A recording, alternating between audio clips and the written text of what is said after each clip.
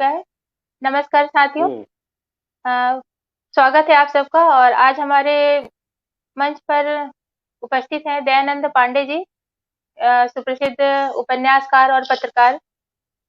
तो आज एक बहुत लंबी प्रतीक्षा के बाद आज इस विषय पर संवाद स्थापित हो रहा है, साहित्यिक खेमेबंदी। और इस विषय पर चर्चा करने के लिए दयानंद जी उपस्थित हैं। दयानंद जी, आपका बहुत बहुत स्वागत है। बहुत बहुत नमस्कार आप सबको। तो आज तो आज इस विषय पर एक विस्तृत चर्चा आपको करनी है। और हमारे लोग भी जुड़ चुके हैं, कई लोग कार्यक्रम में उपस्थित भी हो चुके हैं और वो लाइव देख रहे हैं इस कार्यक्रम को। जी अब हाँ, तो अब आप ये लाइव शुरू कर दीजिए। ठीक है। बहुत नमस्कार दोस्तों। जी। साहित्य को हम लोग जब बचपन में पढ़ाया जाता था कि साहित्य समाज का दर्पण है। मैं मानता हूँ कि साहित्य समाज का सेतु भी है। जैसे कोई पुल किसी नगर को जोड़ता है, किसी गांव को जोड़ता है, या किसी भी अन्य पुल पुल ही होता है। लेकिन नरेश जी। सक्सेना के कहता है कि पुल पार करने से नदी पार नहीं होती। तो साहित्य बिल्कुल में सही। भी जो सेतु होता है, तो सेतु पार करने से ही या सेतु बनाने से ही बात नहीं बनती, उस सेतु को मजबूत भी करना पड़ता है और उसको संबल भी बनाना पड़ता है। और उसी चक्कर में बिल्कुल। होता क्या है कि साहित्य में खेमेबंदी शुरू हो जाती है। और यह खेमेबंदी कोई नई बात नहीं है। पुरातन काल से अगर आप पढ़िए तो संस्कृत के जो संस्कृत आदि भाषा मानी जाती है। हालांकि तमिल वाले कहते हैं कि नहीं, संस्कृत से भी पहले की तमिल है। तो संस्कृत या तमिल में भी लेखकों में या लेखकों के पाठकों में तमाम सारी असहमतियां हैं, सहमतियां हैं। मैं आपको अब संस्कृत के कवियों की ओर नहीं, मैं हिंदी की तरफ आता हूं, क्योंकि हिंदी ही हमारा विषय है। तुलसीदास की बात करता हूं। तुलसीदास जब वो रामचरितमानस के लिखने की पहले की घटना है, उनकी विनय पत्रिका वगैरह आ गई थी। और विनय पत्रिका के बाद हुआ कि उन्हीं दिनों कानपुर में संतों का एक जमावड़ा हुआ। उस जमावड़े में संतों के, जाहिर है तुलसीदास संत कवि ही थे और उस वक्त के सारे कवि संत कवि थे। तो तुलसीदास को भी उस संत के सम्मेलन में बुलाया जाए कानपुर में। और उनसे जो तमाम सारे लोग प्रतिस्पर्धा में थे, या कुछ ईर्ष्या में थे, या कुछ जलन में थे, उनको अपमानित करने की भरसक कोशिश लगातार करते रहे।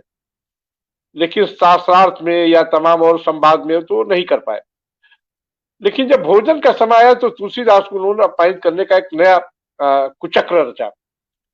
और भोजन की पंगत में जब बैठाया गया उनको, तो सबसे आखिर में बैठाया गया। और आखिर में भी जब पात्र उनको दिया नहीं गया, तो रोटी देने का समय जब आया तो रोटी वाले से उन्होंने रोटी हाथ में ले ली। लेकिन जब दाल परोसने वाला व्यक्ति आया तो उन्होंने कहा, भाई कैसे दाल लूं, मेरे पास पात्र तो है नहीं, दिया ही नहीं गया। तो दाल परोसने वाले ने उनसे बगल में उनको जूता रखा, तो उन्होंने कहा कि पात्र है ना। जूते की ओर इंगित किया, क्या पात्र है। तुलसीदास समझ गए, उन्होंने जूते में ही दाल ली और रोटी दाल खा के उठ गए। बाद में जब और संतों को पता चला कि तुलसीदास का अपमान हुआ, जूते में दाल खिलाई गई है, तो तुलसीदास से लोगों ने कहा कि नहीं, ये तो गलत किया आपने, आपको वहीं तुरंत विरोध करना चाहिए था। तो तुलसीदास ने कहा कि ये लोग यही तो चाहते हैं कि मैं विरोध करना सीख लूं और विरोध में ही खत्म हो जाऊं, लिखना पढ़ना भूल जाऊं। लेकिन मुझे यह काम नहीं करना है, मुझे तो अपने लिखने पढ़ने में लगना है। और जिसने किया है वो जाने, आप लोग जाने। और तुलसीदास कानपुर से चले गए। तो सोचिए, अगर विनय पत्रिका के बाद अगर उसी जूते के दाग के झगड़े में तुलसीदास पड़ गए होते, तो क्या रामचरितमानस लिख पाते, हनुमान चालीसा लिख पाते?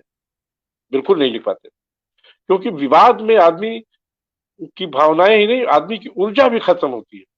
और जब ऊर्जा ही नहीं रहेगी तो आप रचेंगे क्या? ऐसे तमाम किस्से हैं तुलसीदास के जीवन में। तुलसीदास के समय में एक राजा हुआ था अकबर, उसको बड़ा भारी राजा बताया गया। जबकि खुद अनपढ़ था। लेकिन अकबर ने एक बार तुलसीदास को बुलवाया, मैसेज दिया कि हम मिलना चाहते हैं। 2 बार मैसेज दिया, 3 बार दिया, 4 बार दिया, कई बार मैसेज दिया, लेकिन तुलसीदास अकबर के दरबार में नहीं गए। अंततः अकबर ने तुलसीदास को कैद करके बुलवाया। अब जब चूंकि कैदी के रूप में पहुंचे थे तो उनको दरबार में पेश किया गया। अकबर ने उनसे सीधे पूछा कि आपको इतनी बार संदेशा भेजा, आप आए क्यों नहीं? तुलसीदास ने कहा कि मन नहीं हुआ मेरा। उन्होंने कहा ऐसा ही, अभी क्या मन? उन्होंने कहा नहीं, मन नहीं हुआ। उन्होंने कहा मालूम आपको किस लिए बुलाया जा रहा था? तुलसीदास ने बड़ी विनम्रता से कहा कि हाँ मुझे मालूम है। अब अकबर नाराज हो गया। उसने कहा आपको खाक मालूम है? आपको नहीं मालूम कि आपको अपना नवरत्न बनाना चाहता हूं, इसलिए बुलाया है। तुलसीदास ने फिर उसी विनम्रता से कहा कि हाँ मुझे मालूम है कि आप नवरत्न बनाना चाहते हैं। आप सबको मालूम ही होगा तुलसीदास ज्योतिष भी बहुत अच्छा जानते थे और वो विज्ञान भी बहुत अच्छा। हनुमान चालीसा में देखिए ना, सूर्य से पृथ्वी की दूरी नाप देते हैं, जिसको बाद में तमाम वैज्ञानिकों ने सही साबित किया कि हाँ बिल्कुल सही कह रहे हैं। तो तुलसीदास ने कहा कि नहीं, मुझे मालूम है कि आप नवरत्न बनाना चाहते हैं। तो अकबर ने पूछा, अरे इतने लोग यहाँ नाक रगड़ रहे हैं नवरत्न बनने के लिए, और आप है कि नवरत्न भी नहीं बनना चाहते, आखिर दिक्कत क्या है?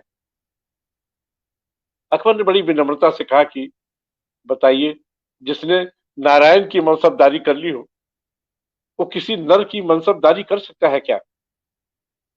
अकबर निरुत्तर हो गया। उसने कहा नहीं, आप बिल्कुल ठीक कह रहे हैं, आप अपने नारायण की सेवा कीजिए।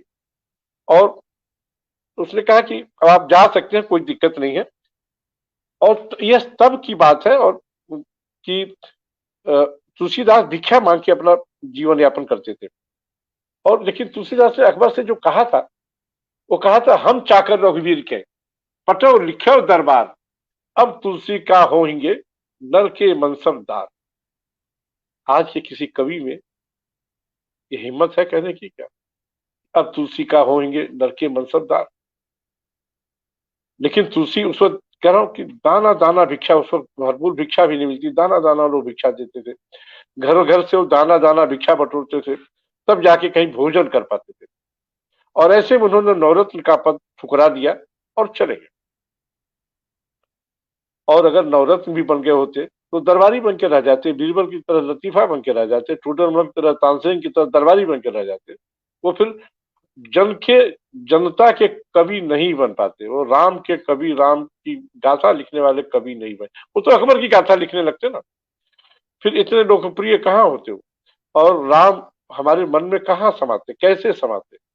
देखिए रामायण बहुतों ने लिखी है, तुलसीदास ने जो रामचरितमानस लिखा है उतनी लोकप्रियता और उतनी पहुंच किसी और रामायण के पास नहीं है, वाल्मीकि रामायण के पास भी नहीं। मैं थोड़ा सा और पीछे आऊं, टॉलस्टॉय और गोर्की की बात कर लूं। हमारे यहाँ गोर्की का बड़ा सम्मान है, टॉलस्टॉय का भी बड़ा सम्मान है। एक बार गोर्की टॉलस्टॉय के यहाँ सुबह सुबह पहुंचे। टॉलस्टॉय उस वक्त एक शीशी के में कार था, उसको निकालने में लगे थे और निकाल नहीं पा रहे थे, और अंततः वो कार के निकलने में वो शीशी टूट गई। तो गोर्की बड़े दुखी हुए, उन्होंने कहा को शीशी टूट गई।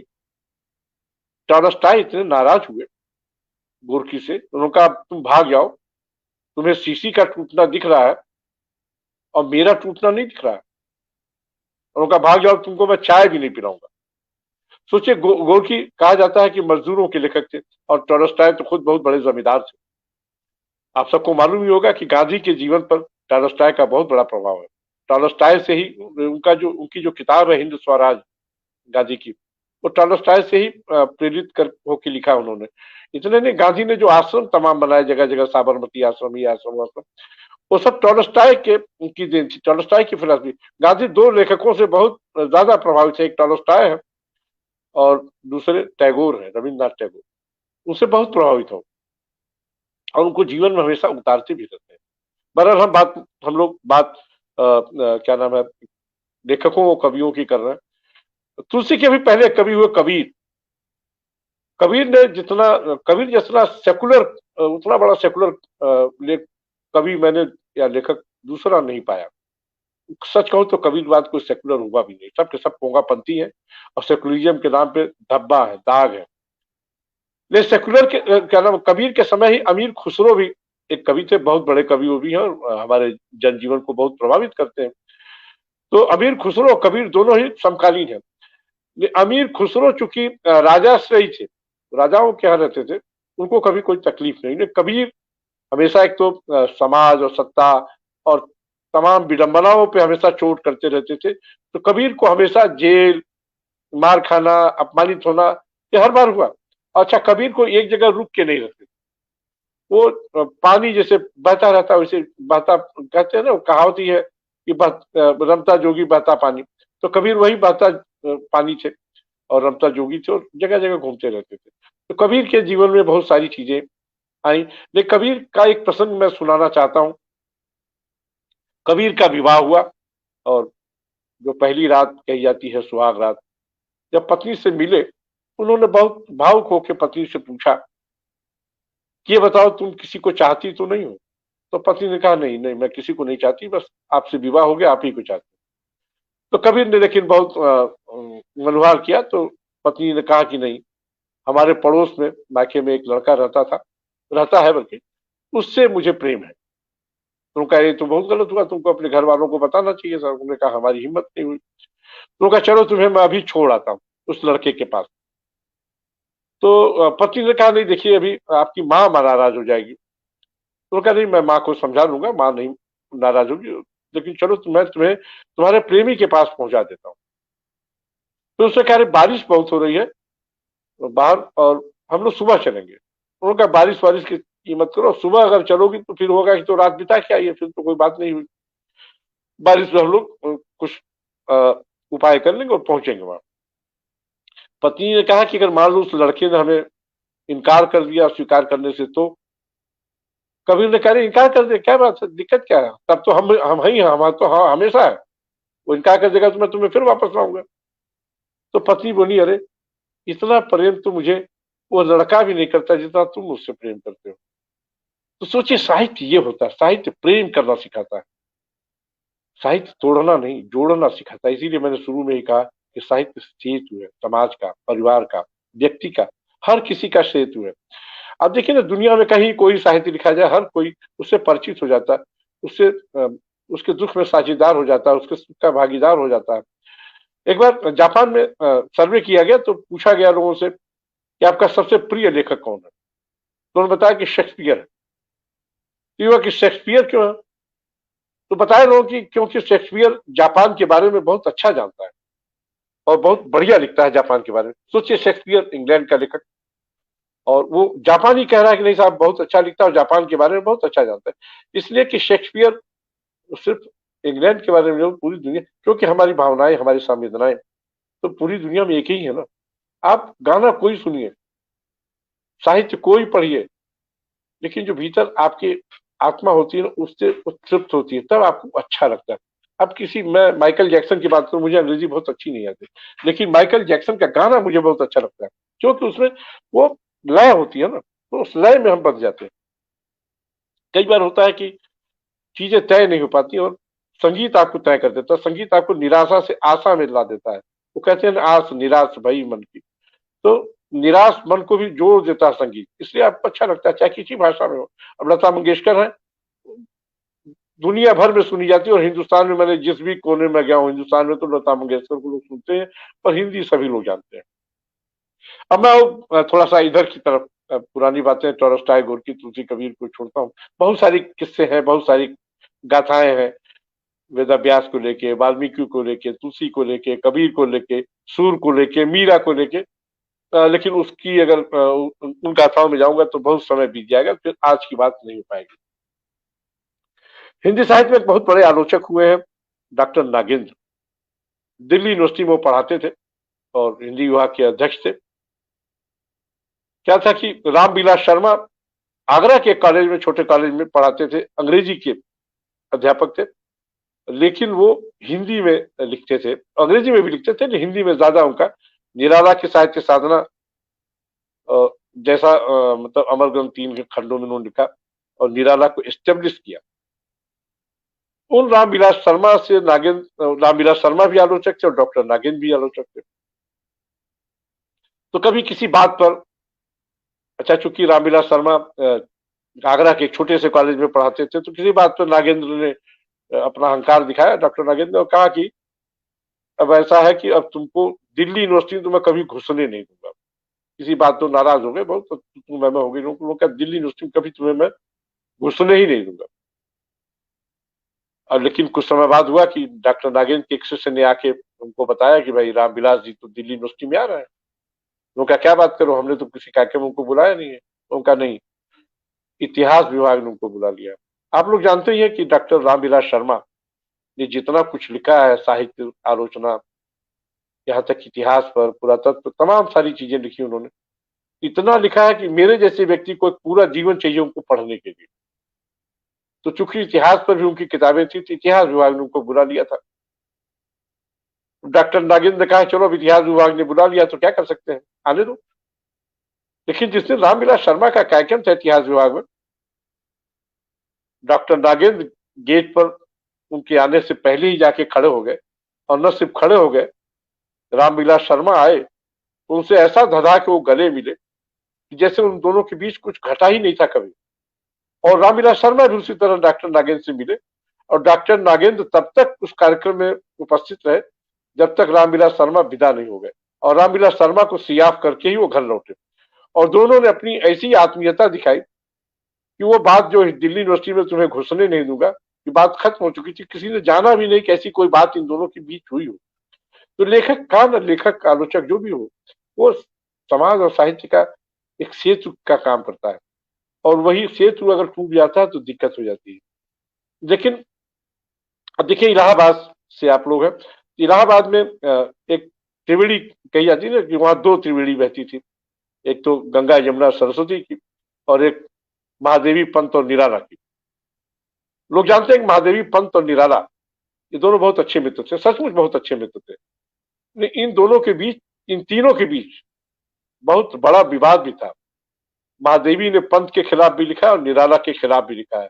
निराला ने भी पंत के खिलाफ लिखा और पंत ने भी निराला के खिलाफ लिखा है। इन दोनों ने महादेवी के खिलाफ भी लिखा, कम लोग जानते हैं। और यहाँ तक कि बल्कि सुमित्रा नंदन और धज्जियां उड़ा दी। निराला ने तो पंत की कविताओं की ऐसी धज्जियां उड़ाई है, ऐसी धज्जियां उड़ाई है कि पूछिए मत। लेकिन लोग पढ़ते नहीं है, जानते नहीं है। और सोचिए कि महादेवी निराला और पंत दोनों को राखी बांधा करती थी। दोनों से बहुत आत्मीय रिश्ते थे, तीनों की आपसी रिश्ते बहुत प्रगाढ़ थे। लेकिन साहित्य में असहमति तीनों के बीच थी, और तीनों किसी को छोड़ते नहीं थे रत्ती भर भी, मतलब किसी को विश्राम नहीं लेने देते थे। और जो एक वैचारिक अंतर्द्वंद था, एक असहमति थी, उसको वो छुपाते भी नहीं थे। और निराला ने तो कई लेख लिखे हैं पंत के खिलाफ, महादेवी के खिलाफ। पंत ने भी निराला की धज्जियां उड़ाई है। बल्कि एक बार पंडित इलाचंद जोशी ने सुमित्रा नंदन पंत पर एक ग्रंथ छपवाया, तो निराला तो यहां तक आ गए, कहने लगे कि ये एक पहाड़ी द्वारा पहाड़ी का सम्मान किया गया, मतलब यहां तक आ गए निराला। तो लेखकों के बीच असहमतियां हमेशा होती रही हैं। इलाहाबाद में अज्ञे को लेके भी बहुत असहमतियां थी। बहुत सारे लोग उनसे नाराज रहते थे। वो परिमल की गोष्ठियां इलाहाबाद में भी किया करते थे। तो उन दिनों कमलेश्वर वहां विद्यार्थी थे, इलाहाबाद यूनिवर्सिटी में पढ़ रहे थे। उन्होंने खुद लिखा है कि अच्छा, कमलेश्वर और मार्कंडे दोनों बहुत अच्छे दोस्त भी थे, दोनों कहानीकार। कमलेश्वर ने खुद लिखा कि एक बार परिमल की गोष्ठी में लोग गए और तांगा लेकर गए, और तांगे में जो घोड़ा था उसके गले में इतनी सारी घंटियां बजवा दी। वो जब वहां पहुंचे लोग तो घंटियां ही बज रही, और लोग चकित होकर करे घंटी क्यों बज रही है यहाँ पे। और बिल्कुल उसको तांगे वाले को कह के सजा वजा के खूब घंटियां लगवाई थी उन्होंने। तो एक विरोध दर्ज कराने वो पहुंचे थे। कमलेश्वर ने और भी बहुत सारे काम किए इस तरह के तमाम लेखकों के बीच में। कमलेश्वर का किस्सा याद आता है कि वो दिल्ली में कहानी पत्रिका के संपादक थे। लतीफा ही चलता था, पता नहीं उसमें कितना सच है, कितना लतीफा है, मैं नहीं जानता। लेकिन जब वो सारिका के संपादक बनाए गए तो बंबई जाने लगे। उन दोनों यही ऐसे ही जाड़े के दिन थे, दिसंबर जनवरी का कोई महीना था। तो ट्रेन पकड़ने गए तो वो ओवरकोट पहने हुए थे, ओवरकोट की जेब भी बहुत बड़ी थी। तो जो उनसे मिलता था गले मिलता था, और उनकी जेब में एक कहानी डाल देता था या कोई रचना डाल देता था सारिका के। और कमलेश्वर इतने परेशान हो गए, इतनी कहानियां लद गई। अच्छा, कहानी जैसे सारिका के संपादक कमलेश्वर तय हुए थे, उसी तरह कहानी पत्रिका के संपादक उसी समय भीष्म साहनी तय हो गए थे। तो जब ट्रेन चलने को हुई तो उस कोट को उतार के उन्होंने भीष्म साहनी को कमलेश्वर ने पहना दिया, कहा भाई यहाँ तो जाड़ा है, तुमको जाड़ा न लगे इसलिए तुम्हें ये कोट दे जा रहा हूँ, और वहां बम्बई में कोई जाड़ा उड़ा लगता नहीं, उसकी वहां जरूरत नहीं है। तो कोट के बहाने उन्होंने सारी कहानियां जिन लोगों ने उनके जेबों में डाली थी सब उन्होंने भीष्म साहनी को थमा दी। तो ऐसे ऐसे भी चीजें चलती रही। अब उसमें सच लतीफा सब मिलता जुलता रहा है। तो अज्ञे के साथ तो ये भी हुआ एक बार इलाहाबाद में कि किसी ने उनके नाम किसी महिला के नाम से अज्ञे को चिट्ठी लिखी और संगम पर मिलने के लिए बुला भेजा। अज्ञे बेचारे संगम पे पहुंचे भी और बड़ी देर तक इंतजार करते रहे। जिन लोगों ने चिट्ठियां लिखी तो संगम पे कहीं छुप के उनको देखते रहे कि कब आते हैं, क्या करते हैं, कैसे आते जाते हैं। और अज्ञे को पता नहीं लगा, बहुत देर तक इंतजार करने के बाद वो वापस आ गए, क्योंकि किसी महिला को तो आना नहीं था। अज्ञे बेचारे महिला के चक्कर में बहुत देर तक संगम पे इंतजार करते रहे। इसी तरह फणीश्वर नाथ रेणु को भी एक बड़ी आदत थी कि और चुगल करने की, एक मजाक करने की आदत थी। जब किसी की कोई रचना, कोई कहानी, कोई कविता छपती थी और अच्छी लगती थी उन्हें, तो वो किसी महिला के नाम से संबंधित व्यक्ति को चिट्ठी लिखते थे और बहुत तारीफ कर देते थे और मिलने उलने की भी रिक्वेस्ट कर देते थे, कभी मिलना हो तो अच्छा लगेगा। इलाहाबाद में मार्कंडे जी अब नहीं है, तो मार्कंडे को भी एक कहानी पढ़कर उन्होंने चिट्ठी लिखी और पटना का पता दिया। किसी महिला के नाम से चिट्ठी लिखी और पटना का एक पता दिया। मार्कंडे की मुश्किल देखिए, वो बेचारे पटना मिलने पहुंच गए और जाहिर हुआ कोई महिला पाटिका तो उनकी थी नहीं, और उस घर में घुसे तो महिला को खोलते पिट गए वहां पे, या पिटते पिटते बच्चे, जैसा भी हो। फणीश्वर नाथ रेणु ने इसका बड़ा फणीश्वर नाथ रेणु क्या, इस किस्से का राजेंद्र यादव ने बहुत मजा लेके वर्णन किया है अपने हंस में, जब वो लिखते थे मार्कंडे के निधन पे उन्होंने श्रद्धांजलि में ये सारी चीजें लिखी थी। तो ऐसी भी चीजें घटी हैं।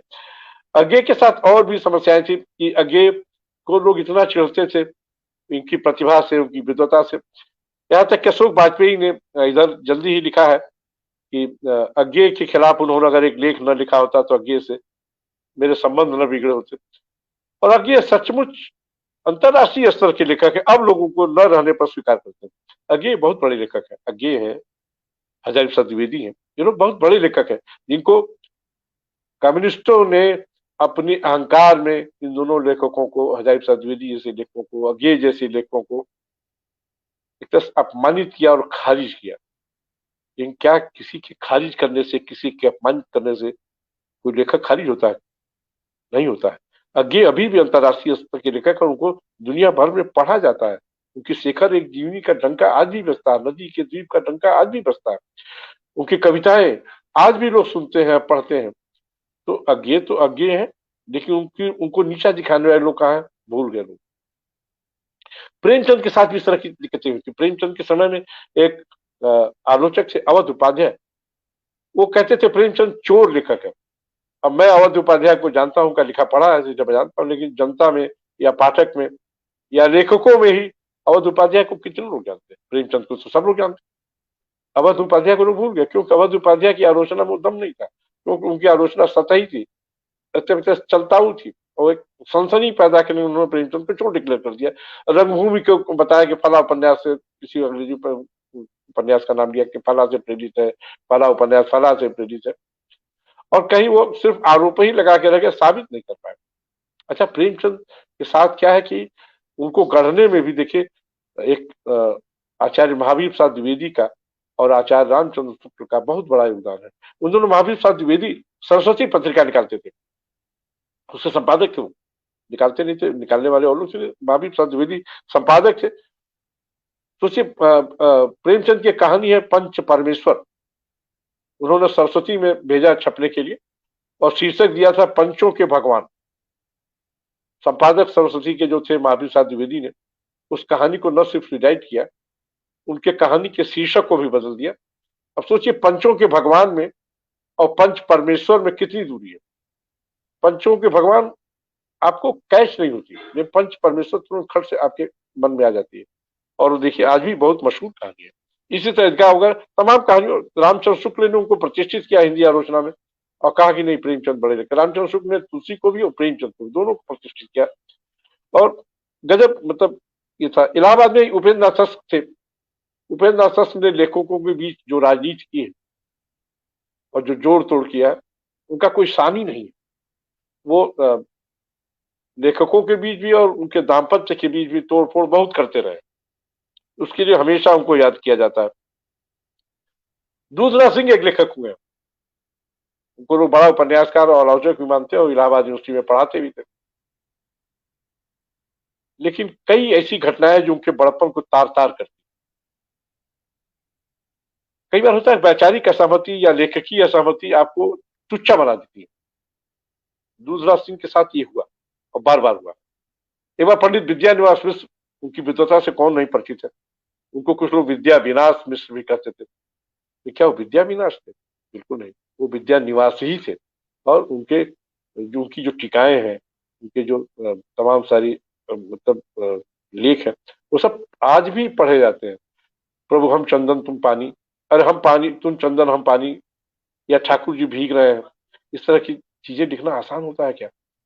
नहीं, विद्या निवास मिश्र एक बार गए इलाहाबाद, तो दूधराज मिश्र ने अपने कुछ शिष्यों को लगाया कि उनकी चुटिया काट दो। ब्राह्मण आदमी थे तो चुटिया भी बड़ी सी रखते थे, तो कुछ विद्यार्थियों को उन्होंने लगाया कि चुटिया उनकी काट दो। मंच पे ही खड़े खड़े उनको जब सम्मानित किया जाए, पीछे से उनकी चुटिया काट देना कैंची लेके। और ऐन समय पर ये पोल खुल गया तो रोक लिया लोगों ने, नहीं तो लोग बताते हैं कि मतलब चुटिया उनकी कटने वाली थी। दूसरा सिंह ने इस तरह के और भी कई काम किए। एक और काम किया, अभी जब साहित्य अकादमी का विवाद शुरू हुआ था, अवार्ड वापसी जिसको कहते हैं, उस वक्त गोरखपुर के विश्वनाथ प्रसाद तिवारी साहित्य अकादमी दिल्ली के चेयरमैन हुआ करते थे, अध्यक्ष। वो एक बार इलाहाबाद के किसी कार्यक्रम में उन्हीं दिनों गए, तो दूधराज सिंह ने अखबारों में बयान देकर कहा कि अगर विश्वनाथ प्रसाद तिवारी आए इलाहाबाद तो उनके मुंह पे काली पोत दी जाएगी। और पूरा अखबारों ने उसको फैला के छापा भी कर, विश्वनाथ प्रसाद तिवारी आए तो उनके मुंह पे काली पोत दी जाएगी। ये लेखकीय कर्म है। किसी लेखक पर से असहमत आप है तो उसके मुंह पे काली पोत देंगे, ये तो अपराध है ना। ये लेखकीय कर्म तो नहीं, ये कहीं लेखकीय सुचिता में भी नहीं आता। लेकिन विश्वनाथ प्रसाद तिवारी डरे नहीं, वो गए इलाहाबाद और किसी की हिम्मत नहीं कि उनको काली लगा भी दे, क्योंकि वो कहीं गलत नहीं थे। अच्छा, साहित्य अकादमी का जो मामला था पूरा, साहित्य अकादमी अवार्ड बहुत लोगों ने वापस किया, वो भी लेखकीय खेमेबाजी का ही एक बहुत बड़ा उदाहरण है। सच ये है कि वो साहित्य अकादमी किसी ने भी आज तक सचमुच वापस नहीं किया। बहुत कम लोग जानते हैं कि साहित्य अकादमी के संविधान में लिखा हुआ है कि अगर किसी को अवार्ड दे दिया गया, साहित्य अकादमी से सम्मानित कर दिया गया, तो न साहित्य अकादमी उसे फिर कभी वापस ले सकती है, न लेखक कभी वापस कर सकता है। और लेखकों को जब दिया जाता है साहित्य अकादमी, तो उनसे इस बारे में लिखित सहमति दी जाती है, और मतलब उसको बाकायदा ऑन रिकॉर्ड कि आप कभी इसको वापस नहीं करेंगे, कभी इस तरह का वितंडावाद नहीं करेंगे। और लेखक जब सहमति लिखित दे देता है तभी उसको साहित्य अकादमी का पुरस्कार दिया जाता है। ये बात कितने लोग जानते हैं? आज भी एक पैसा, एक भी अवार्ड किसी ने भी, सिर्फ ऐलान किया, सबने ऐलान किया, लाइन से ऐलान किया, किसी ने भी आज तक वापस नहीं किया। किसी ने नहीं कहा कि साहित्य अकादमी के अकाउंट में, अकाउंट नंबर तो सबको मालूम है, ना मालूम हो तो पता कर लीजिए, अकाउंट में पैसा डाल देते, साहित्य अकादमी लौटाने नहीं आती। लेकिन किसी ने एक नया पैसा भी साहित्य अकादमी के अकाउंट में नहीं डाला। बस तो टीवी चैनलों पर बताते रहे, अखबारों में बताते रहे, ऐलान करते रहे कि साहब हमने वापस किया, हमने वापस किया, हमने वापस किया। और साहित्य अकादमी का विवाद क्या था? विवाद कुल ये था कि दो व्यक्तियों का आपसी आपसी असहमति थी। फिर वही विश्वनाथ प्रसाद तिवारी साहित्य अकादमी के चेयरमैन थे। अशोक वाजपेयी जो आईएएस अफसर भी हैं और रिटायर्ड हो गए, लेकिन बहुत अच्छे कवि और आलोचक भी हैं, उनका विश्वनाथ प्रसाद तिवारी से अहंकार का झगड़ा हो गया। हुआ कि वो उस वक्त ललित कला अकादमी के का काम देख रहे थे, विश्वनाथ प्रसाद तिवारी साहित्य अकादमी, दोनों अगल बगल है दिल्ली में फिरोजशाह रोड पर। तो एक बार वो विश्वनाथ प्रसाद तिवारी से मिले और उन्होंने कहा कि एक प्रस्ताव दिया कि एक विश्व कविता समारोह आयोजित कीजिए। और एक रजा फाउंडेशन के भी वो करता रहता है अशोक वाजपेयी जी, तो उन्होंने कहा कि अशोक रजा फाउंडेशन और साहित्य अकादमी दोनों मिलकर विश्व कविता समारोह आयोजित करें तो अच्छा रहेगा। तिवारी जी ने कहा बिल्कुल अच्छा रहेगा, और उन्होंने उनके प्रस्ताव को स्वीकार कर लिया, हुआ की तैयारी किया। फिर अशोक वाजपेयी ने कहा कि देखिए, तैयारी ये है कि हम जिसको चयन करेंगे, जिसको चाहेंगे उसको बुलाएंगे, साहित्य अकादमी सिर्फ खर्च करेगी बस।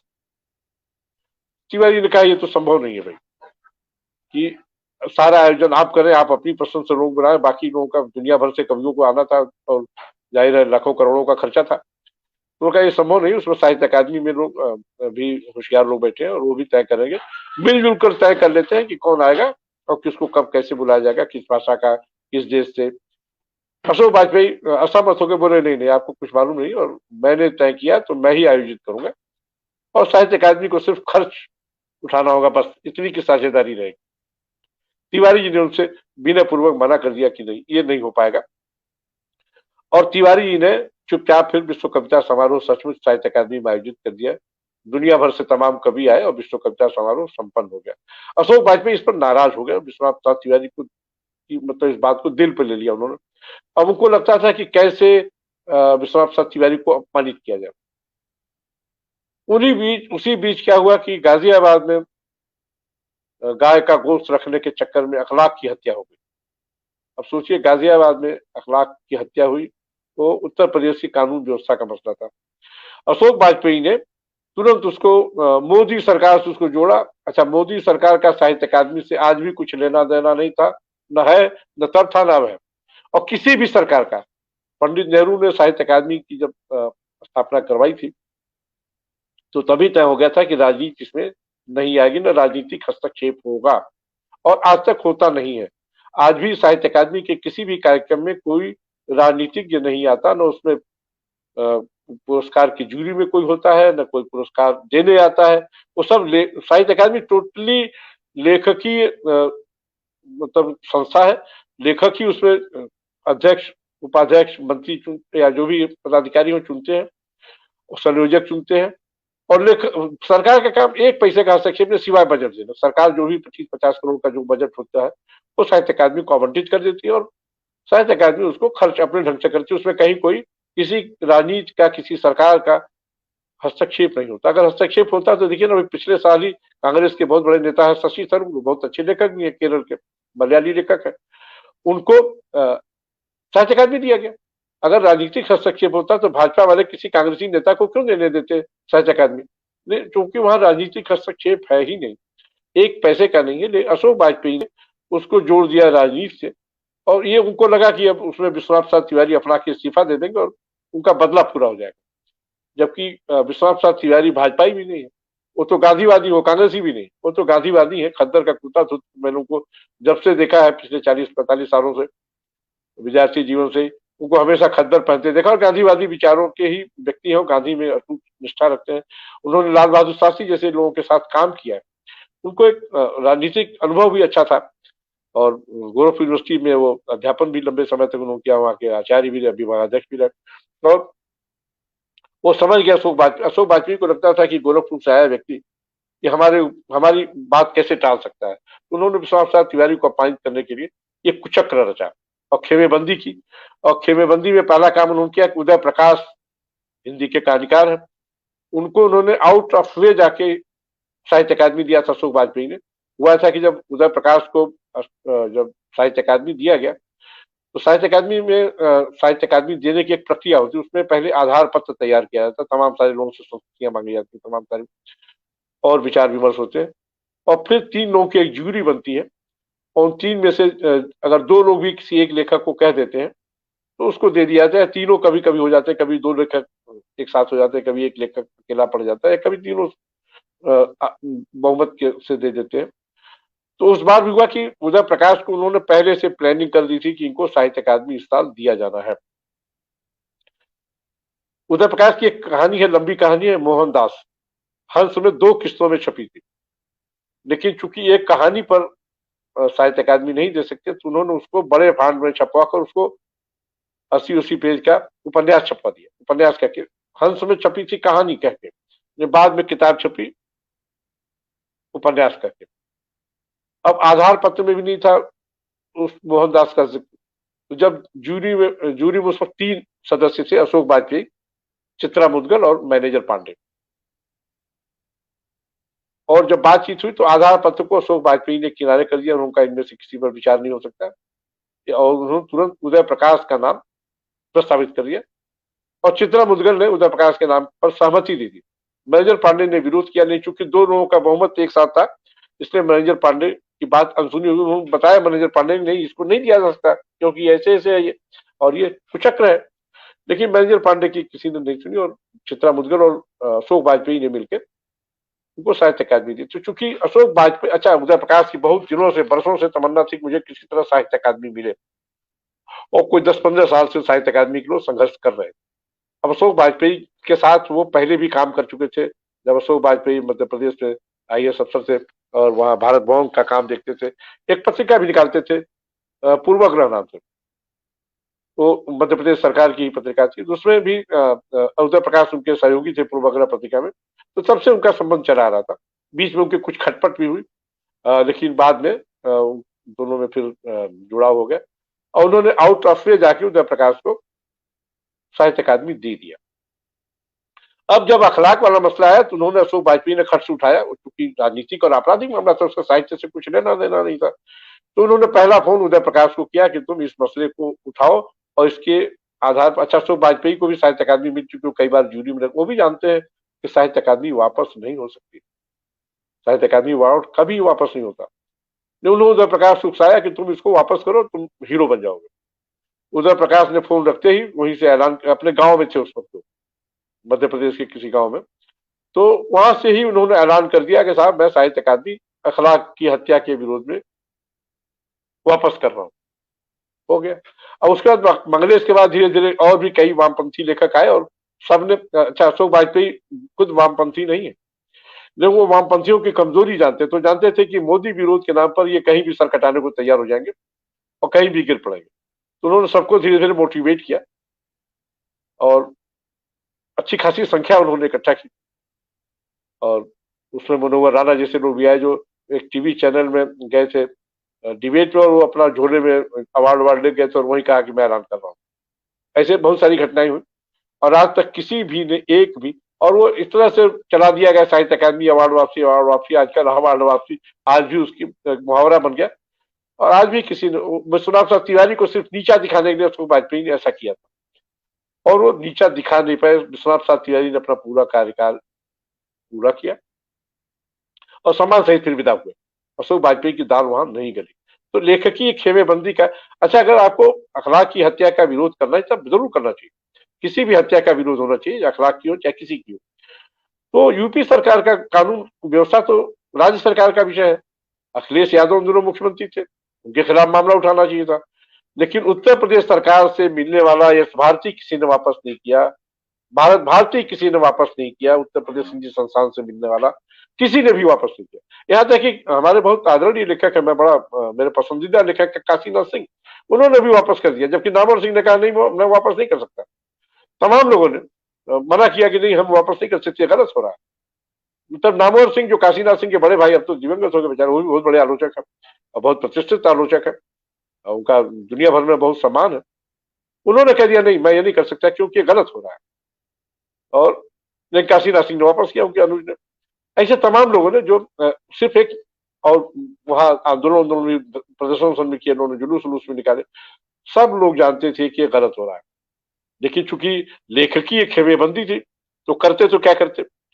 अरे भाई दूधराज सिंह जब किसी विद्वान आदमी की चुटिया कटवा, किसी मुस्लिम व्यक्ति की या किसी और व्यक्ति की दाढ़ी कटवाने की हिम्मत कर सकते थे क्या दूधराज सिंह? एक विद्या यूनिवर्सिटी की चुटिया कटवाने की बात कर रहे थे, मुंह पे कालिख लगाने की बात कर रहे थे, ये कोई बात होती है? विश्वनाथ प्रसाद तिवारी बहुत बड़े कवि हैं, आलोचक है, दस्तावेज पत्रिका के संपादक है, और इस तरह से ऐलान करना सार्वजनिक रूप से कि उनके मुंह पे कालिख पोत दी जाएगी अगर वो कार्यक्रम में आए, ये कोई बात होती है? इसी तरह बहुत सी लेखकीय खेमेबंदियां हुई हैं, होती रहेगी हमेशा, उसको कोई रोक नहीं सकता।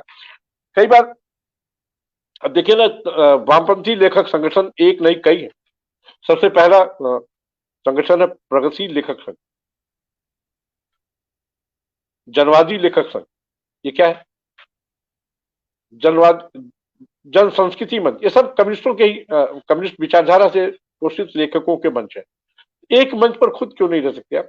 अच्छा इन लोगों के साथ एक त्रासदी ये भी है कि किसी एक लेखक से भले वो कम्युनिस्ट ही क्यों न हो, अगर उनसे उनकी असहमति है तो कहेंगे साहब वो मंच पर वो आएंगे तो हम नहीं आएंगे। और ये पूरे देश में स्थिति है कि पूरे, अगर वो कम्युनिस्ट हो, उनका साथी हो, सब कुछ हो, लेकिन वो कहेंगे साहब फला मंच पर आएंगे तो अब वो क्या तो जलेश वाले हैं, क्या तो प्रलेश वाले हैं, क्या तो जसम वाले हैं, तो हम नहीं आएंगे। ये कोई बात होती है?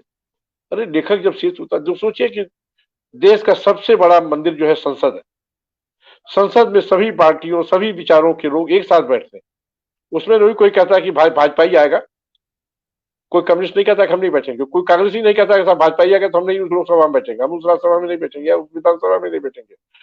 कोई भी किसी भी पार्टी का व्यक्ति हर एक दूसरे से मिलते जुलते हैं लोग और आपसे सौहार्द भी बना रहे। लेकिन लेखकों में इधर के वर्षों में ऐसा हो गया पिछले खास 7-8 सालों में, खासकर 5-6 सालों में इतनी असहमतियां हो गई हैं। अरे असहमतियां तो होती रहती हैं, असहमति लेखकों के बीच होनी बहुत जरूरी है। सभी लोग एक दूसरे से सहमत ही होंगे तो वो भी ठीक नहीं है। सहमति और असहमति दोनों होना चाहिए। लेकिन हम आपसे मिलेंगे नहीं, असहमत है तो आपसे जुड़ेंगे नहीं, आपसे बात नहीं करेंगे, आपके साथ मंच शेयर नहीं करेंगे, ये कोई बात हुई? एक बहुत बड़े लेखक है हिंदी के, नरेंद्र कोहली, उन्होंने एक से एक पौराणिक उपन्यास लिखे हैं। राम पर उनका उपन्यास सबसे ज्यादा लोकप्रिय उपन्यास है। विवेकानंद, बहुत सारे लोगों पर उन्होंने मतलब उपन्यास लिखे हैं उनके जीवन को लेके। लेकिन अभी फेसबुक पर एक नवनीत पांडे हैं, जयपुर के राजस्थान के कहीं के, शायद जयपुर के ही हैं। वो फेसबुक पर उनकी एक अच्छी आदत है कि रोज ही किसी न किसी, जितने भी लेखक उनकी जानकारी में है, छोटा लेखक हो बड़ा लेखक हो, अच्छा लेखक लेखक होता है, छोटा बड़ा क्या होता है, लेखक है तो बराबर है। अब आप तय करते लिए कौन छोटा है कौन बड़ा, वो आपकी अपनी श्रद्धा है। तो वो सभी लेखकों को बिना किसी वैचारिक कट्टरता के वो सबको जन्मदिन की बधाई फेसबुक पर देते हैं, एक साथ 3-3, 4-4, 5-5, 6-6 लेखकों को, जो भी लेखक उनकी जानकारी उनको देते हैं। तभी पिछले साल भी उन्होंने नरेंद्र कोहली को जन्मदिन पर जब बधाई दी तो कई लोगों ने ऐतराज किया और अंततः इतना ऐतराज आ गया, इतनी गालियां उनको मिल गई कि उनको नरेंद्र कोहली की बधाई वाली पोस्ट फेसबुक से मिटानी पड़ गई। इस बार फिर उन्होंने जब नरेंद्र कोहली को बधाई दी तो फिर लोगों ने असहमतियां जताई। तो नवनीत जी ने लिखा कि आप असहमतियां जताते रहिए, मैं लेखक मानता हूं, मैं उनको बधाई दूंगा, आप मत दीजिए। तो ये सब चीजें देखिए, होता है ना, सुख दुख में तो सभी एक साथ होते हैं ना, पूरी दुनिया एक साथ होती है। वो भवानी प्रसाद मिश्र की एक कविता है ना कि बाढ़ में एक ही पेड़ पर सांप और मनुष्य दोनों को शरण लेते देखा है। तो जब आप दुख होता है या सुख होता है तो सब आपस में साझा करते हैं। और हम लेखक तो संवेदनाओं के हैं, अनुभूतियों के हैं, भावनाओं के हैं। और हम ही जब आपस में एक दूसरे से नहीं मिलेंगे, ठीक है हमारी वैचारिक असहमति है, हमारा कहीं लेखकीय विरोध भी हो सकता है, सब कुछ हो सकता है, लेकिन मिलना जुलना या बधाई देना, एक उसका बधाई देने का विरोध करना, यह तो कोई तुक नहीं होता ना। आप होता क्या, आप महाभारत पढ़िए, उसमें क्या होता है कि कौरव और पांडव रोज दिन भर युद्ध करते हैं, दोनों एक दूसरे के जान के प्यासे हैं, लेते भी हैं, सब एक दूसरे में सबका वध भी करते हैं। नहीं, शाम होने पर एक दूसरे का हालचाल भी लेते हैं, शाम होने पर एक दूसरे से मिलते भी हैं जब सूर्य अस्त हो जाता है तो। और सभी जगहों पे देखिए ना, कभी चीन और भारत की तमाम सारी चीजें, क्या बातचीत नहीं चल रही है? बातचीत चल रही है। किसानों और सरकार में कितनी मुश्किलें हैं, वो चल रही है, चलती रहेंगी। लेकिन सवाल ये नहीं है, लेखकों के बीच सहमति हमेशा होनी ही चाहिए और सहमति असहमति लेखकों के बीच चलती रहेगी। लेकिन आप कभी उसको आपसी संबंधों का नगाड़ा मत बजाइए। आपसी सौहार्द बना रहना चाहिए और हमेशा बना रहना चाहिए। आपसी संबंधों को लेकर की आप एक दूसरे की आलोचना कीजिए, आलोचना करने में कोई, आप बाजा बजा दीजिए एक दूसरे का लेखकी रचनाओं में। जैसे कह रहा हूं ना, पंत, निराला और महादेवी, इन तीनों बहुत अच्छे आत्मीय मित्र थे और तीनों एक दूसरे की से गहरी असहमति भी रखते थे। हमेशा कहते रहो, धज्जियां उड़ा दी है पंत जी ने और निराला की, और निराला ने पंत जी की। हाँ, लेकिन क्या होता है ना कि मिलना जुलना नहीं छोड़ते थे, कभी राखी बांधना नहीं छोड़ती थी महादेवी पंत जी को या निराला जी को, हर बात नहीं निभाए। इसका मतलब ये बिल्कुल नहीं होता कि आप किसी से नफरत करें। अरे लेखक लेखक होता है और वो किसी भी विचार का हो सकता है, किसी भी समुदाय का हो सकता है। भाई तुलसीदास ब्राह्मण होकर भी कवि हो सकते हैं और रैदास दलित होकर भी कवि हो सकते हैं, क्यों नहीं हो सकते? और गोरखनाथ तो योगी थे लेकिन वो भी बहुत बड़े कवि हैं। ये बहुत कम लोग जानते हैं कि गोरखनाथ बतौर कवि भी बहुत महान कवि हैं। और जो कहते हैं ना, कबीर, ये नानक, ये मीरा, ये सब के सब गोरख की अनुयायी है। ये जायसी गोरख की अनुयायी है। गोरख अगर बीज है तो ये उनकी शाखाएं। ये बात कितने लोग, देखिए गोरख क्या लिखते हैं, कि मरो मरण है मीठा। तो जाहिर अपने अहंकार को मारने की बात करते हैं कि मरो मरण, अहंकार अपना मार लीजिए। तो लेखक उसी रास्ते में चलता है कि लेखक आपकी, अब देखिए ना, हिंदी में शरद चंद्र बहुत बिकते हैं। शरद चंद्र ने बांग्ला के पाठकों को, बांग्ला की नहीं, मैं कहूंगा कि पूरे भारतीय हर समाज के पाठक को उन्होंने बहुत ज्यादा उद्वेलित किया। खासकर स्त्री विषय पर उनका जो लेखन है ना, उसका कोई जवाब है नहीं। टैगोर, टैगोर का आप कुछ भी पढ़िए, भले उनको गीतांजलि पे नोबेल मिला है, लोग टैगोर को कहते हैं, अब टैगोर के जो विरोधी हैं वो कहते हैं कि टैगोर तो अंग्रेजों के पिट्ठू थे। उनको कौन समझाए कि टैगोर ने नाइटहुड जो पुरस्कार था अंग्रेजों का ठुकरा दिया था, वापस कर दिया था अंग्रेजों के, क्या नाम है, जालियांवाला बाग के खिलाफ। तो कैसे अंग्रेजों को पिट्ठू हो गए?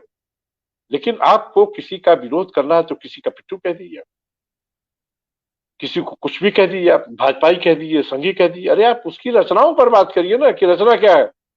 रचनाएं अगर गड़बड़ है तो आप बताइए। अमृतलाल नागर यहाँ लखनऊ में रहते थे, मैं उनसे अक्सर मिलता था, मैं उनको बहुत मतलब आदर देता, तो भी मुझे बहुत स्नेह करते थे। वो बार बार मुझसे कहते थे कि बेटा जान लो, रचा ही बचा रह जाएगा, बाकी सब चीजें बेकार है। तो किसी भी खेमे का कोई हो, खेमे बंदी में कोई बहुत बुराई नहीं है। आप सहमति असहमति तो चलती रहती है, जोड़ तोड़ भी करिए, सब करिए, लेकिन रचना पर भी तो बात कीजिए। रचना पर आप बात नहीं करते, व्यक्ति से बात शुरू करते हैं, व्यक्ति पे खत्म कर देते हैं, रचनाओं की धज्जियां उड़ाती जाए। तो वहां तो आप कुछ कर नहीं पाते, तो कह देते हैं फलाने कम्युनिस्ट है, तो फलाने संघी है, तो फलाने कांग्रेसी है, तो फलाने भाजपाई। अरे ये क्या मतलब है?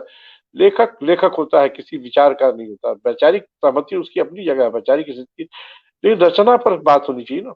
इस बात को हमारे लेखक साथियों को बहुत अच्छी तरह जान लेना चाहिए। मैं कुछ शायरों की बात करूं, देखिए जैसे राहत इंदौरी थे या मुनव्वर राना है, बतौर शायर अच्छे शायर हैं, लेकिन जो उनके दिल में नफरत है ना, जो भेदभाव है ना, वो उनको बहुत छोटा बना देती, उनके व्यक्ति को बहुत छोटा बना देती। मुनव्वर राना जिस तरह की इस वक्त बातें कहनी शुरू की हैं, वो ठीक नहीं। राहत इंदौरी का भी मतलब मैं समझता हूँ कि 3/4 शायरी राहत इंदौरी की नफरत से भरी हुई है, लेकिन वो चूंकि एक खास पॉकेट में पसंद किया था, इसलिए बहुत बड़े शायर मान लिए गए। आप पढ़िए कभी गालिब को,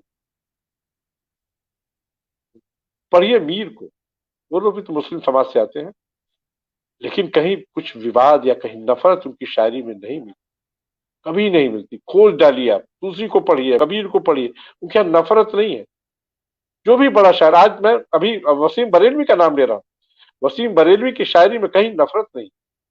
और जो भी बड़ा शायर होगा, बड़ा लेखक होगा, बड़ा रचनाकार होगा, बड़ा आलोचक होगा, उसके यहाँ नफरत नहीं होगी, उसके यहाँ मोहब्बत मिलेगी, उसके यहाँ प्यार मिलेगा हमेशा। नफरत तो अपराधियों की भाषा है, लेखकों की भाषा नफरत हो ही नहीं सकती। विरोध अलग बात है, विरोध तो लेखक को करना ही करना चाहिए, सत्ता के साथ या किसी भी सामाजिक विसंगति का विरोध तो करना चाहिए, उसमें कोई दिक्कत नहीं है। लेकिन इसका मतलब यह नहीं कि आप किसी से नफरत करें। लोग कहते हैं ना, पुरानी कहावत है कि चोर से नहीं, उसके चोरी से नफरत करो, सिर्फ अपराधी से नहीं, उसके अपराध से का निंदा करो। अपराधी, अब आप जब वहां आतंकवादियों की बात होती है तब आप कहते हैं आतंकवाद का कोई धर्म नहीं होता, और जब नफरत करने की बात होती है तो आपके पास सारे धर्म इकट्ठे हो जाते हैं। ये कौन सी बात है? ये कोई बात हुई? आप हर कानून को धता बता दें इसलिए कि आपकी मन मर्जी की सरकार नहीं है, इसलिए अगर मतलब आप सबकी धज्जियां उड़ा दें बेवजह, और कहीं आप जमीन पर है नहीं, हवा हवाई है। आपके पास आज तक अपने कोई मतलब रचना पे अपनी बात नहीं करते, आप हमेशा पाब्लो नेरुदा और ब्रख पे चले जाते हैं। अपने अपने रचनाकार क्यों नहीं? मैं हिंदी में तो ऐसे ऐसे लेखक है, बताइए, उनको जमीनी सच्चाई का पता नहीं, वो इतने ज्यादा हो जाते हैं कि एक लेखक जो है लखनऊ में, वो लिखते हैं कि साहब महुआ तोड़ कर खाता था। महुआ कहीं तोड़ कर खाया जाता है? आप जमीन से इतने कट गए, जमीन से इतने कट गए कि आप दिल्ली में गंगा बहा देंगे, नहीं जानेंगे कि वहां यमुना बहती है, या गोमती में यमुना बहा देंगे, गोमती बहती है। तो इस तरह की कुतर्कों से, इस तरह की बेवकूफियों से हमारे सारे लेखक समाज को बचना चाहिए, हर हाल में बचना चाहिए। क्योंकि लेखक जो होता है ना, समाज की नब्ज जानता है, और जब लेखक ही समाज की नब्ज नहीं पहचानेगा अपनी बात नहीं कहेगा और तमाम एक तरह से जो कहते हैं ना पूर्वाग्रहों में फंस जाएगा, लेखक की डाह में फंस जाएगा, दुश्मनी में फंस जाएगा, तो लेखक नहीं रह जाएगा, वो कुछ और हो जाएगा, एक्टिविस्ट हो जाएगा। आजकल बहुत सारे लेखक एक्टिविस्ट हो गए। हमारे बहुत प्रिय कवि है मंगलेश डबराल। मंगलेश डबराल बीच के दिनों में इतना मतलब वर्तमान सरकार से वो नाराज थे, वो कहने लगे कि हिंदी में मैं क्यों लिखता हूँ, हिंदी को ही वो मतलब मानने लगे कि हिंदी में लिख के उन्होंने जैसे अपराध किया हो। और वो अचानक, पहले से भी उनकी विचारधारा उस तरह की थी, अचानक वो कम्युनिस्ट बहुत कट्टरपंथी बन गए। और किसी भी लेखक का कट्टरपंथी होना अच्छी बात नहीं है। आप अपने विचार रखिए, कट्टरपंथ कहीं बाहर रखिए। लेखक की दुनिया में या किसी भी रचनात्मक दुनिया में कट्टरपंथ की कोई जगह नहीं है। सोचिए, अभी दुर्भाग्य से कोरोना के कारण मंगलेश जी हमसे विदा हो गए, लेकिन आपको मालूम है कि मंगलेश जी जब कोरोना उनका बिगड़ गया तो उनका इलाज, उनका स्वास्थ्य की जानकारी किसने ली, उनका इलाज का तमाम सारी व्यवस्थाएं किसने की, खर्च किसने उठाया? एक भाजपाई सांसद ने, वो जानते थे, भाजपाई सांसद राज्यसभा में है अनिल बलूनी।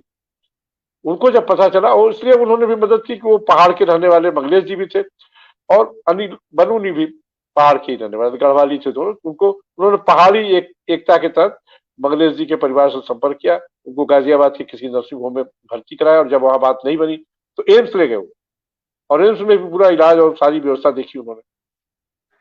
अब वो कहते हैं कि साहब तो कम्युनिस्ट है, ये है, वो है, ऐसा है, वैसा, हम तो गाली देता है, हमला इलाज कराए। ये तो मानवता के खिलाफ चला जाता ना। तो लेखकों को सोचना चाहिए। अच्छा, तमाम वामपंथी लेखक क्या करते रहे? फेसबुक पर आह्वान करते रहे चंदा बटोरने का, गया कोई नहीं उनसे मिलने, कोई मिलने ही नहीं गया, सोचिए। और उनके परिवार के लोग अकेले पड़ गए, तो उनकी बेटी ही सब कुछ संभाल रही थी। तो होना यही चाहिए कि एक दूसरे की मदद हर हाल में करनी चाहिए। जिसकी जो सामर्थ्य है वो अपने सामर्थ्य पर, चाहे लेखक हो चाहे कोई भी व्यक्ति हो, उसकी मदद करनी चाहिए, उसके साथ असहमति अपनी। अब भाई, कुत्ता लोगों को काट देता है तो क्या कुत्ता बीमार पड़ता है तो उसका इलाज नहीं कराते हैं क्या? सांड सबको मार देता है, लेकिन सांड का लोग ख्याल नहीं रखते हैं क्या? तो अगर आप कुत्ते का, सांड का, तमाम और जानवरों का अगर आप उनके बेहतरी की सोच सकते हैं, तो हम तो मनुष्य हैं, तो हम मनुष्यता क्यों न सोचे पहले? हम मनुष्य पहले हैं, लेखक बाद में है। और लेखक भी, विचार भी है, अब सब कुछ है। अब अगर टॉलस्टॉय इतने बड़े लेखक न होते तो गांधी उनको कैसे मानते, गांधी उनको कैसे स्वीकार करते? टैगोर अगर इतने बड़े लेखक न होते तो गांधी उनको कैसे स्वीकार करते? प्रेमचंद ने लिखा है कि साहित्य जो है राजनीति आगे चलने वाली मसाल है। लेकिन एक दिन ऐसा आया, वो साहित्य को राजनीति की मसाल भले कह गए वो, लेकिन एक समय ऐसा है कि प्रेमचंद गांधी के पीछे पीछे चल दिए, नौकरी वोकरी छोड़ के, क्योंकि उस वक्त गांधी का जो व्यक्तित्व था बहुत विराट था, और स्वतंत्रता आंदोलन के वो महापुरुष थे, और वही उसके नायक थे, उसके अगुआ थे। तो प्रेमचंद को उनके पीछे चलना पड़ा, और चलना ही चाहिए था। तमाम सारे लेखक, एक वृत्तांत में सुनता हूँ कि नेहरू जी का, नेहरू और दिनकर की बहुत अच्छी मित्रता थी। एक बार नेहरू संसद की सीढ़ियां चढ़ रहे थे, पीछे पीछे उनके दिनकर जी भी थे। नेहरू कहीं सीढ़ी पे फिसल गए, पीछे से दिनकर जी ने उनको संभाल लिया। नेहरू जी ने उनको धन्यवाद किया कि दिनकर जी बहुत अच्छा हुआ आपने संभाल लिया, नहीं मुझे चोट लग जाती। तो दिनकर जी ने हंसते हुए कहा कि नहीं, जब जब राजनीति फिसलती है तो साहित्य उसको इसी तरह संभालता है। तो साहित्य को, समाज को, राजनीति को संभालने वाला बनना चाहिए। आपस में तोड़ फोड़, नफरत से बाहर जाना चाहिए। नफरत तो किसी को किसी के भी प्रति नहीं करना चाहिए। मनुष्यता पहली शर्त है। वैचारिक असहमतियां सबके साथ होती है, होनी भी चाहिए। बाप बेटे में होती है, माँ बेटी में होती है, भाई भाई में होती है, भाई बहन में होती है। असहमतियां तो तब एक प्रजातंत्र की पहली शर्त है। असहमत हो है तभी आप प्रजातंत्र है, नहीं आप तो तानाशाही में चले जाएंगे। अगर असहमति भी अपनी नहीं जता सकते, असहमति खूब डट के जताइए। नफरत, नफरत की खेती लेखकों को, कवियों को, आलोचकों को बंद कर देनी चाहिए। ये नफरत की खेती ही है कि हिंदी में आजकल आलोचना गुलाब का कांटा बन के रह गई, फूल गायब हो गए, सिर्फ कांटा रह गई। इतनी गिरोहबंदी आलोचना में आ गई, इतनी लफाजियां आ गई कि हिंदी से, क्षमा कीजिए, इस वक्त आलोचना समाप्त हो चुकी है। आलोचना नाम की संस्था समाप्त हो चुकी है पिछले 2 दशकों 3 दशकों से। अब वो समीक्षाएं लिखते हैं लोग आपस में एक दूसरे की, हम आपकी लिखते हैं, आप हमारी लिखते हैं। किताबों से आलोचना कहाँ लिखी जा रही? आलोचना तो खत्म हो चुकी है। आलोचना नाम की आलोचक नाम की संस्था ही समाप्त हो चुकी है, सिर्फ इसी नफरत और इसी खेमेबंदी की वजह से। ऐसा ना हो इस नफरत और खेमेबंदी के चक्कर में रचनाएं भी समाप्त होने लगी। अभी तो कविताएं कुछ शेष हैं, कुछ उपन्यास शेष हैं, कहानियां शेष हैं, आलोचना नहीं है। समीक्षाओं को हम आलोचना नहीं कहते। है कुछ लोग अभी भी विद्वान लोग, लेकिन वो अपनी पूर्वाग्रहों में, अपनी वैचारिक कट्टरता में इतने तल्लीन है, किसको वो कठपुतली की तरह नचाते हैं कि किसको उठाना है किसको गिराना है। इसको आलोचना नहीं कहते। आपको बताऊं एक बहुत बड़ी बात, प्रेमचंद के उपन्यासों को पढ़िए आप, जितने खल पात्र मिलेंगे आपको, सारे ब्राह्मण मिलेंगे। प्रेमचंद के समूचे खल पात्र, एक भी कोई दूसरे समुदाय का नहीं, खल पात्र। जिनको प्रतिष्ठित कौन करता है? रामचंद्र शुक्ल, महावीर प्रसाद द्विवेदी।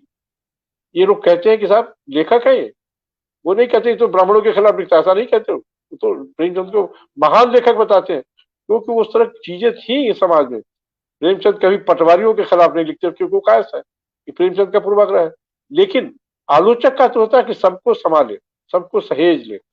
तो जिस तरह से रामचंद्र शुक्ल ने, महावीर प्रसाद द्विवेदी ने प्रेमचंद को सहेजा, बिना किसी उसके, जैसे हजारी प्रसाद द्विवेदी ने कबीर को सहेजा, जैसे अपने पंडित परशुराम चतुर्वेदी ने कबीर को सबसे पहले तो कबीर उन्होंने माना। उनका लोग कहते थे कबीर तो उजट है, गंवार है, लेकिन आचार्य परशुराम चतुर्वेदी ने कहा नहीं, कबीर तो संत कवि है। और पूरी संत कवियों की एक श्रृंखला लिखी है पंडित परशुराम चतुर्वेदी ने। उन्हीं की श्रृंखला को, उन्हीं की बात को आगे बढ़ाई आचार्य हजारी प्रसाद द्विवेदी ने, और कबीर को महान कवि बताया, कबीर को हिंदी साहित्य में स्थापित किया, जैसे तुलसीदास को रामचंद्र शुक्ल ने स्थापित किया। इसी तरह हजारी, उन्होंने नहीं कहा ये कबीर जुड़ाओं का बेटा है, ये उनका बेटा है, या गंवार है, लठमार है, ऐसा नहीं कहा उन्होंने। ऐसा सोचिए, कबीर और तुलसी ये दो ऐसे कवि हैं, जाहिर है कबीर वरिष्ठ है तुलसी से, लेकिन कबीर तुलसी ऐसे कवि हैं कि जन जन में है आज भी। किसी आलोचना है और किसी आलोचक के दम पर नहीं हो, वो अपनी रचना के दम पर है। आज भी महाभारत से बड़ी कथा कोई नहीं लिखी गई। ठीक वैसे इसे आधुनिक हिंदी आधुनिक विश्व साहित्य में वार एंड पीस जो टॉलस्टॉय का उपन्यास है, उससे बड़ा कोई उपन्यास अभी तक नहीं लिखा गया। लेकिन अगर महाभारत को देखें तो महाभारत के आगे वार एंड पीस भी फीका पड़ जाता है।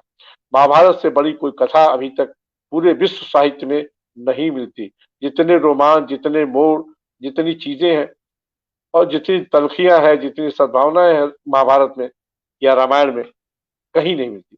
मैं खुशवंत सिंह को याद करना चाहता हूँ, खुशवंत सिंह की आत्मकथा को याद करना चाहता हूँ। खुशवंत सिंह की आत्मकथा है सच, प्यार और थोड़ी सी शरारत। हिंदी में उसका अनुवाद निर्मला जी ने इतना अच्छा किया है कि लगता ही नहीं कि हम अनुवाद पढ़ रहे हैं।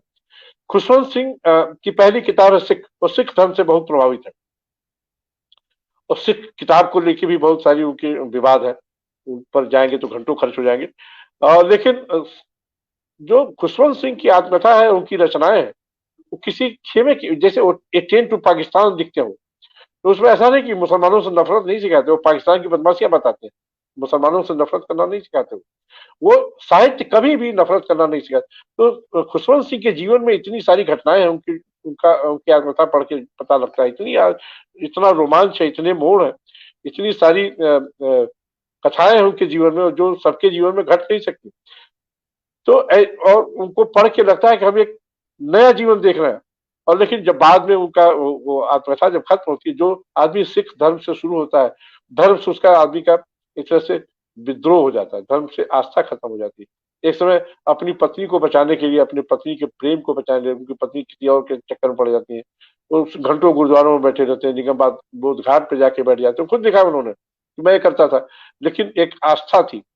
लेकिन वो आस्था पे बाद में चोट भी करते थे। वो ऐसा नहीं कि वो सिख पर नहीं करते, वो सभी धर्मों पे उनकी, अगर उनका एक तरह से मोह भंग होता है तो सभी धर्मों से होता ही नहीं कि सिख धर्म सबसे बड़ा है और फला धर्म बहुत खराब है। सारे धर्म अच्छे होते हैं, सारा साहित्य अच्छा होता है। आपको कुछ पसंद आता है, कुछ नहीं आता है, और साहित्यकार का काम है सेतु बनना। किसी को पुल इस्तेमाल करना है करे, न करना है न करे, लेकिन हम किसी नफरत में डूब के ये न कहें कि साहब इस पुल पे चढ़ना और उस पुल पर मत चढ़ना। ये लेखक का काम, ये कवि का काम नहीं है।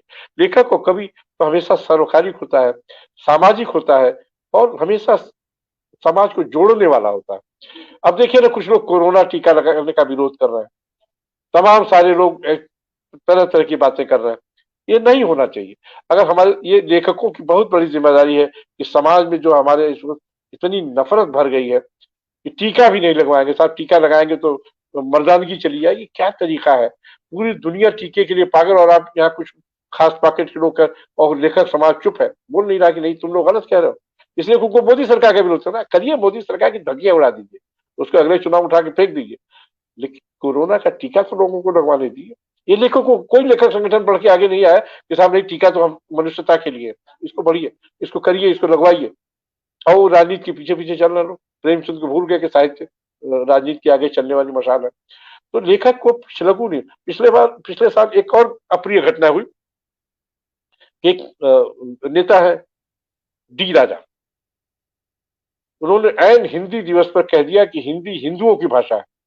ये कैसे हो सकता है भाई? क्या उर्दू मुसलमानों की भाषा है? क्या अंग्रेजी अंग्रेजों की भाषा है? अरे भाषाएं तो आपस में बहनें होती हैं, एक दूसरे से मिलजुल कर रहती हैं। भाषाएं नदियां हैं, नदियां जैसे मिलजुल कर चलती हैं और बड़ी होती जाती हैं। जैसे आप देखिए ना, गंगा को प्रयाग में जमुना से मिलने पहले देखिए कितनी तलवंगी है, जब यमुना से मिल जाती है तो कितनी उसका पाट चौड़ा हो जाता है, बनारस नाग कितनी चौड़ी हो जाती है। फिर धीरे धीरे मिलती चलती है नदियों से, और वो बढ़ती जाती है, गंगा हो जाती है, और अंत में जाके गंगा सागर से मिल जाती है। लेखक का भी काम यही है कि नदियों की तरह मिलजुल कर बहे रहे और जाके अंत में समाज में मिल जाए, जैसे गंगा नदी जाके गंगा सागर में मिलती है। तो लेखक का काम यही है कि समाज को जोड़े, उसमें नफरत न फैलाए। अगर कोई नफरत फैलाता है, किसी भी तरह की नफरत, किसी भी समुदाय की तरफ से नफरत फैलाती, लेखक का काम है कि उस नफरत को दूर करे और लोगों को समझाए नफरत मत करिए, आप असहमत रहिए, सब कुछ है। अरे भाई भाई आपस में खेत मारते थे, इसका मतलब थोड़ा एक दूसरे के हथियार हो जाते, एक दूसरे से नफरत नहीं करते। तो मैंने अभी कौरवों पांडवों का उदाहरण दिया ही आपको। तो सामाजिक समरसता बनी रहनी चाहिए समाज में। और अब तो दुनिया हमारी ग्लोबलाइज हो गई है, और पूरी दुनिया एक हो गई है, सेकंड भर में एक दूसरे की बातें हम जान लेते हैं। अमेरिका में क्या घटा, अमेरिका में जाने के लिए जरूरत नहीं है उसको जानने के लिए, आप यहीं घर बैठे जान सकते हैं कि क्या हुआ क्या नहीं हुआ। इंटरनेट ने दुनिया को बिल्कुल मुट्ठी में डाल दिया। और आप देखिए ना, हमेशा पॉजिटिव चीजें, लता मंगेशकर हमारी फिल्मों में क्यों पसंद की जाती है? क्योंकि पॉजिटिव गाने गाए उन्होंने, बहुत मधुर गाने गाए। तमाम सारे ऐसे भी गायक हैं जिन्होंने नफरती गाने गाए, वो आए और चले गए, लोग भूल गए, पता नहीं लगा कि कहाँ एक तात्कालिक फसल की तरह आए और चले गए, उनको लोग भूल गए। लेकिन मोहम्मद रफी है, किशोर कुमार है, नौशाद है, एस डी बर्मन है, ये लोग, या तमाम सारे शैलेंद्र है, शकील है, साहिल लुधियानवी है, आनंद, तमाम सारे लोगों को हम क्यों जानते हैं? इसलिए कि उन्होंने पॉजिटिव नोट पे अपनी बातें रखी है और हमेशा पॉजिटिव बातें करते हैं। कोई, मैंने कहा ना, गालिब को उठाइए, मीर को उठाइए, आप अमीर खुसरो को उठाइए या कबीर को लीजिए, तो ये हमेशा भले समाज पर प्रहार करते हैं, लेकिन समाज को जोड़ने का काम करते हैं, समाज को तोड़ने का काम नहीं करते। आजकल के लेखक नफरत में इतने भर गए हैं, कुछ खास लेखक, सभी लेखक नहीं, कुछ मुट्ठी भर गिनती के लेखक है जो इतनी नफरत भर रहे हैं। वो दिन बार आप उनको देखिए सोशल मीडिया पर कहीं उठा के देख लीजिए, ट्विटर पे, फेसबुक पे, व्हाट्सएप पे, तो एक मतलब खेमे बंदी की मतलब अजीब समस्या है। और एक दूसरे से नफरत इतनी ज्यादा हो गई है, ये लगता नहीं कि हम भारतीय समाज में रहते हैं। भारतीय समाज तो पौधों को, पेड़ों को पूजने वाला है, पशुओं को पूजने वाला है, और हम मनुष्य की को ही से ही नफरत कर रहे हैं। अब देखिए ना कि गौ को हम माता मानते हैं, अरे ठीक है, कुछ लोगों को उसका मांस भी ठीक लगता है, उनका